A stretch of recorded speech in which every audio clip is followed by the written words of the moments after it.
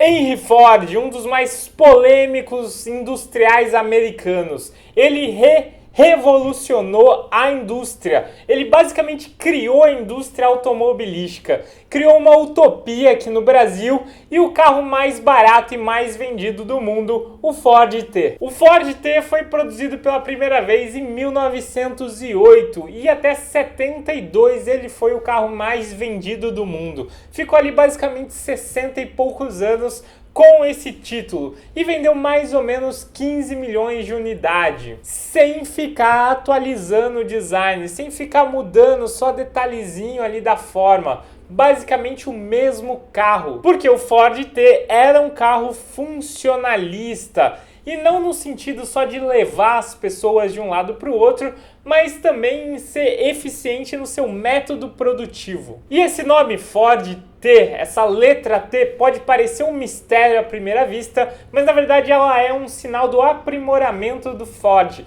Ele começou produzindo os carros com o nome seguindo a ordem alfabética, então Ford A, Ford B, Ford C, até chegar no Ford T, quando ele conseguiu estabelecer esse processo industrial eficiente. Mas esse canal aqui é de design e quando a gente olha para o design desse carro, a gente entende como ele conseguiu essa eficiência toda. Primeiro, olhando para o design, a gente vai entender o contexto da época, a transição das carruagens, das carroças para o carro automóvel. Então ele tem essa forma, essa carroceria que lembra uma carroça. Ele tem bancos de alturas diferentes na frente e atrás. Ele é todo aberto, parece quase um conversível. Tudo isso ali é herdado dessas carruagens. E olhando para os pneus a gente vai ver que eles são estreitos também, que é lá derivado também desse automóvel antigo, a carruagem. E isso é porque o Ford T fez essa transição. Ele é o primeiro carro considerado popular, acessível às classes médias. E outro detalhe importante do design é que o Henry Ford dizia que você pode ter o Ford T em qualquer cor, desde que ela seja preto. Ele foi produzido de 1908 até 1927. Nesse período ele vendeu 15 milhões e foi o carro mais vendido da história. Mas em 1927 o Ford tinha outros planos. Ele queria criar a sua utopia e aí ele veio aqui para o Brasil. A Fordlândia, essa utopia que ele vai fazer aqui no Brasil, mais especificamente no Pará, então na região norte. E por que ele olha para o Brasil? Ele está com o carro mais vendido ali da época dele, ele está com bastante demanda de látex. E o Brasil, lá no século passado, já tinha vivido o ciclo do látex, o ciclo da borracha. Então era reconhecido como um fornecedor, apesar de que na época não era mais o maior fornecedor de látex do mundo. Mas ele olhou para essa história e pensou, pô, eu sou aqui um grande industrial americano, cheio de tecnologia, de agricultura, eu posso recriar esse modelo lá e conseguir o látex que eu preciso. Ele comprou uma grande quantidade de terras lá no Pará, então um latifúndio do Ford, negociou bastante com o governador ali, o Dionísio Bentes, para conseguir algumas isenções fiscais, algum incentivo, e quando ele conseguiu tudo isso, ele foi começar essa empreitada, esse novo projeto. Ele queria realmente implantar o sonho americano ali no Pará. Então, ao redor dessa plantação de látex, que seria o coração desse sonho americano do Ford, ele construiu uma espécie de subúrbio americano, desses que a gente vê em filme. Então toda a arquitetura, todo o planejamento urbano era inspirado nesses subúrbios. Mas esse projeto tem dois erros essenciais, dois erros que vão reverberar lá nos resultados que ele vai conseguir com ele. O primeiro é a própria produção de látex, porque ele vai trazer aquela ideia da agricultura de produzir o látex todo próximo ali. Então fazer um lote com as seringueiras uma próxima da outra para na hora de colher ser mais rápido, ser mais eficiente. Mas isso não funciona lá. Os técnicos que ele traz de agricultura, eles não têm experiência em plantar em regiões tropicais. E o que eles conseguem com isso é aumentar a proliferação das pragas nas próprias seringueiras. E o segundo grande erro ali essencial do projeto foi querer trazer esse sonho americano ali. Tudo girava em torno da produção do látex. Então imagina que é uma cidade onde todo mundo vai trabalhar ali de alguma forma ligado a isso. Então, para trazer eficiência para isso, o Ford colocou sirenes por toda a cidade. E aí, na hora de começar o seu turno, essas sirenes ficavam tocando. Na hora que ia ter o intervalo do almoço, essas sirenes ficavam tocando. Então, tudo isso já trazia um estresse ali, numa carga de trabalho que talvez não fosse a ideal para a região, sem fazer um treinamento das pessoas. E além disso, ele quis trazer realmente toda a cultura americana, toda a alimentação americana. Então imagina forçar os trabalhadores a comer hambúrguer, por exemplo, numa região que é famosa pela sua gastronomia, a região que tem o tucupi, que tem o tacacá, era obrigada agora a comer hambúrguer. O que o Ford queria com essa utopia, além do látex barato, era implantar o seu modelo de linha de produção ali, sem estudar o ambiente. Ele queria virar esse ambiente, dobrar esse ambiente aos desejos dele, e por isso esse projeto fracassou. Mas é essa linha de produção, o famoso Fordismo, que é a grande invenção do Henry Ford. E dá para dizer que ele moldou grande parte da sociedade moderna. O Fordismo, essa linha de produção do Fordismo, se você já viu Tempos Modernos, do Chaplin, ele é basicamente uma crítica à sociedade moderna e ele usa o Fordismo ali como o núcleo dessa crítica. Essa cena mais famosa de todas, do Chaplin apertando e apenas apertando ali algumas porcas, é basicamente o Fordismo materializado ali em uma crítica visual. Mas para entender o Fordismo, vamos pensar lá no Ford T, que é o sucesso e é o carro que moldou esse sistema e o sistema que moldou esse carro. O primeiro Ford T, lá de 1908, e aqui a gente vai falar um pouquinho de preço, pensando no carro zero, tá? Ele custava $780. Mas o último Ford T, lá de 1927, custava $290. E o Ford não começou a usar materiais mais baratos. E a tecnologia não ficou obsoleta, porque naquela época não era tão rápido assim as mudanças tecnológicas. O que aconteceu para o Ford conseguir essa diminuição de valor e aumentar as vendas do Ford T foi o processo de produção do carro. É bem comum quando a gente pensa em revolução industrial, quando a gente pensa nessa indústria surgindo, a gente já imagina a indústria como ela é hoje. Então, uma indústria automobilística, por exemplo, a gente já imagina a linha de montagem, onde entra lá o chassi no começo dela e braços robóticos com pessoas vão montando esse carro e no final esse carro sai pronto. Mas antes não era assim que funcionava. Na verdade, essa é a grande invenção do Ford, essa linha de montagens com esteira. O que acontecia antes é que você produzia as peças ali com as máquinas, né? As peças eram produzidas pelas máquinas e o carro era montado em um só lugar, um lugar fixo. Então imagina aí que você era um montador de carro, você sabe montar todo o carro. E você tem esse espaço onde você vai montar o próximo modelo. Para começar, você ia lá no depósito e pegava o chassi. Então você trazia o chassi para esse lugar. E aí você precisava buscar a segunda peça. E aí você ia lá, buscava a segunda peça e instalava essa peça no chassi. E aí você precisava ir avançando. Então você ia buscar a próxima peça.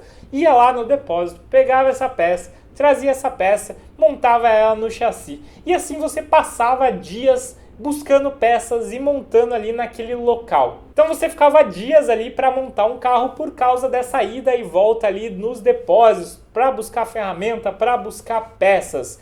Todo esse tempo de produção acaba que vira custo lá no produto final. Então, olhando para outros processos produtivos que estavam surgindo ali na época, o Ford decide transformar isso em uma linha onde o produto ia passar por toda essa linha. Quem ia se mover agora era o produto e tudo que você ia, todos os passos de montagem dele estariam ali pré-dispostos nessa linha e conforme ele avançava, uma parte nova era feita. Você aí, o montador do carro, não precisava mais saber montar o carro todo. Você podia saber montar só as portas, por exemplo. Então você ficava mais eficiente nessa montagem de portas e aí você gastava menos tempo para montar essa porta do que se você soubesse montar o carro inteiro. E além do tempo, você ficava mais preciso nesse trabalho porque era aquilo ali só que você fazia. Então os erros também diminuíam e o tempo de erro também também diminuía. Com isso, todo o tempo de montagem, de produção desse carro, todos os erros evitados, tudo isso fazia com que o tempo reduzia e logo o preço final do carro também reduzia. Então é o Fordismo que faz a gente realmente ter uma escala de produção alta, uma escala de produção industrial com um custo baixo. Mas apesar desse lampejo genial que ele teve para montar esse sistema produtivo, o Henry Ford era uma pessoa assim, no mínimo problemática. Ele é o grande exemplo do self-made man americano, o cara que foi lá e fez, que construiu um império a partir ali do seu trabalho. Mas a história tem mais nuances que isso. O Ford, ele nasceu em 30 de julho de 1863. Ele era filho do William Ford, que era um cara que tinha terras, eles tinham uma fazenda. E o próprio Ford, o Henry Ford, ele conta lá que com seus 12 anos teve dois fatos que marcaram a vida dele e mudaram a vida dele para ele se tornar esse grande industrial. O primeiro é que ele ganhou um relógio de bolso ali do seu pai e ele ficou meio obsessivo com aquele relógio. Ele ficava desmontando e montando para aprender o mecanismo, para aprender os sistemas. E logo ele acabou ganhando uma fama ali da região de um menino que entendia ali desses sistemas complexos de relógios. E o segundo fato é que ele viu uma demonstração de uma máquina a vapor ali do Nicholas Shepard, uma espécie de um trator ali, e ele foi lá para a fazenda do pai dele e montou a própria máquina a vapor. Exatamente, ele fala que com 12 anos ele já montava aí motores. Então esse interesse dele ali por mecanismos, por motores, levou ele a Detroit para trabalhar lá como engenheiro, estudar, trabalhar como engenheiro para aprender mais sobre isso. Detroit era a cidade mais próxima ali da fazenda, né?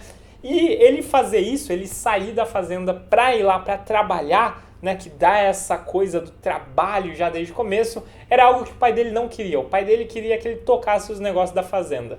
Essa ideia dele ir para Detroit, trabalhar nas oficinas e construir ali os motores, ir melhorando e a partir disso ir criando a própria Ford é o que faz a gente ter a sensação que ele era um self-made man, que começou do nada ali, cresceu e construiu a maior empresa de carros.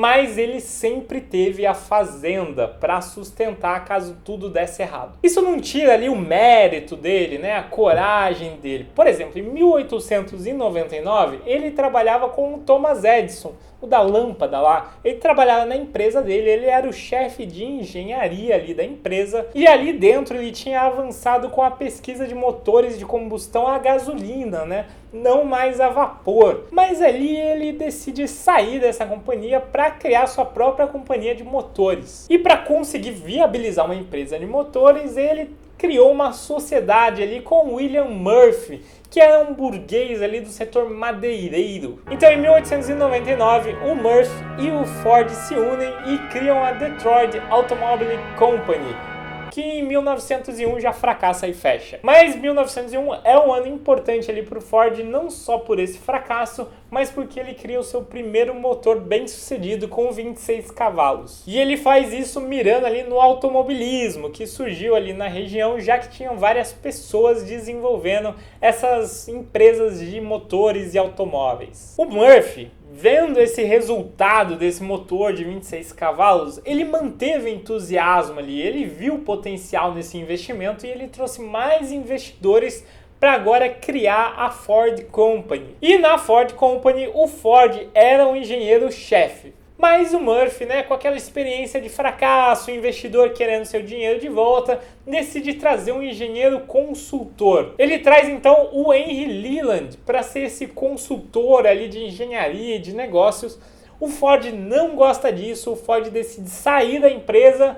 O Leland fica na empresa, o Murphy mantém os investimentos dele e assim nasce a Cadillac. Então o Ford, sem a empresa dele, foca de novo ali nos motores para automobilismo e ele cria o que seria conhecido como Ford 999. Esse carro chama a atenção de outro investidor, o Alexander Malcolmson. E ele decide investir no Ford e eles formam ali então a terceira tentativa de empresa do Ford, a Ford e Malcolmson Limitada. Desde o começo ali dessa empresa, o que o Ford queria era criar um carro que fosse bom, que fosse eficiente, mas que fosse barato, o mais barato possível, para acessar toda essa classe média que surgiu ali nos Estados Unidos. Para conseguir fazer isso, eles precisavam de escala industrial, né? Então eles fizeram uma grande encomenda de peças para dois produtores ali da época, o John e o Horace Dodge.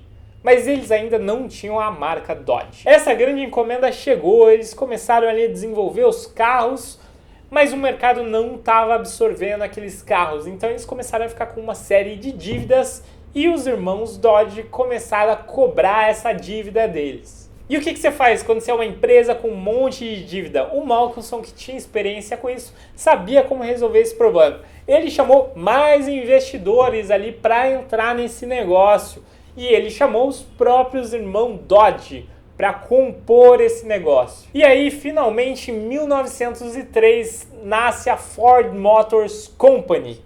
Agora sim, a Ford que a gente conhece hoje. E apesar do nome do Ford estar lá no nome da empresa, essa empresa não era uma empresa somente dele, era uma empresa com vários investidores e o Ford não chegou nem a ser o primeiro presidente dela, porque os outros investidores achavam que ele tinha um comportamento muito temperamental. Mas foi essa empresa que deu certo. Se essa é a história do herói Henry Ford, ele também tem o lado vilão, que começa a aparecer aí com esses investidores não querendo deixar ele de presidente. E agora a gente vai ver essa faceta dele. E para entender isso, a gente vai voltar lá na Fordlândia, que ele quis fazer aqui no Brasil. Por quê? O que ele queria fazer aqui no Brasil? Ele queria implementar o sonho americano aqui. Mas por que implementar o sonho americano no Brasil e não lá nos Estados Unidos? Porque ele achava que a sociedade americana estava ficando degenerada. E se você acompanha o mundo, você sabe que esse papo de sociedade degenerada acaba no fascismo. E essas ideias de sociedade degenerada no Ford começam com as teorias da conspiração. Aquelas do judeu, da burguesia judaica, que tinha um plano para dominar o mundo. Isso vai alimentando os pensamentos racistas do Ford. E olha que ele era um industrial bem sucedido. Mas, o racismo estava ali. Ele mergulha fundo nessas teorias conspiratórias de que existia uma oligarquia, uma burguesia internacional que não queria que os Estados Unidos prosperassem. E em 1918 ele começa a escrever para alguns periódicos, para alguns jornais, revistas ali da época. É como se ele fosse um youtuber, um podcaster conspiracionista lá no tempo dele. Mas o Ford ele tinha método, né? O Fordismo é uma prova disso. Então em 1920 ele organiza o Judeu Internacional, esse livro de teorias conspiratórias que em 1924 vai chegar lá no Adolf, o Hitler. Em 1924, Hitler ainda não tinha poder lá na Alemanha, mas ele absorve aquilo com carinho. Não é o Ford, tá, que deixa o Hitler, que faz o Hitler ser um racista, antissemita, mas as ideias do Ford são lembradas, tanto que ele é o único americano que tem uma alta condecoração, um alto prêmio ali do regime nazista. Ou seja, apesar do Ford ter criado ali o Fordismo, né, essa linha de produção segmentada, toda especializada, que vai interferir até no nosso modo de pensar, que a gente cria profissões cada vez mais especializadas sobre um assunto. Apesar de todo esse impacto, o Ford é aquele tipo de pessoa que a gente tem que olhar com uma visão crítica. E designista, se você chegou até aqui, eu sou o Gabriel Freitas, aqui estão as minhas redes sociais para você acompanhar o meu trabalho e comenta aí o que você achou desse vídeo, a gente se vê por aqui em breve.